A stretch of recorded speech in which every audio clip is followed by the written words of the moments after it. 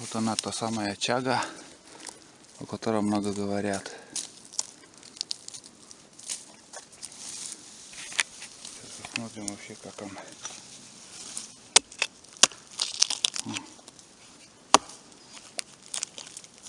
Вот она, чага.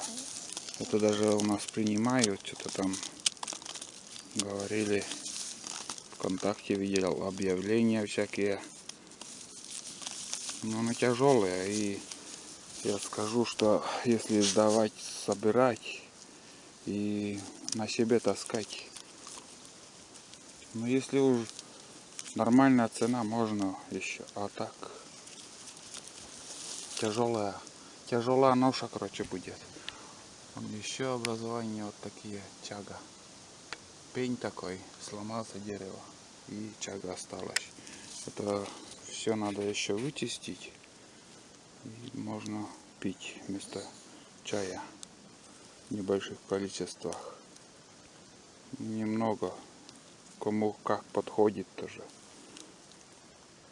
У нас бабушка была, и от чаги поднималось давление. Ей не подходила эта чага. А я пил нормально, вкусно. Кто пробовал, знает. Вот такая чага.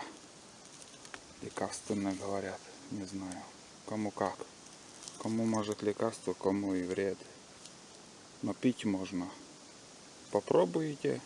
Если подходит, дальше пьете. Если нет, так давление или еще какая-то болезнь проявится, значит не надо пить. Пробуйте, пейте, заваривайте. Вот я немножко вычистил. Вот это еще с трухой, это надо все вычищать. Вычищать и много удалять. И многое выкидывается. И это тоже, ну, вот эта часть черная она остается, а все серое надо удалить. И вот второй кусок. Вот черная сторона, это уже питьевая, как бы можно заваривать. И здесь еще вот труха. Ну, эту труху еще немножко обработать, там, убрать, ножиком поработать, и все.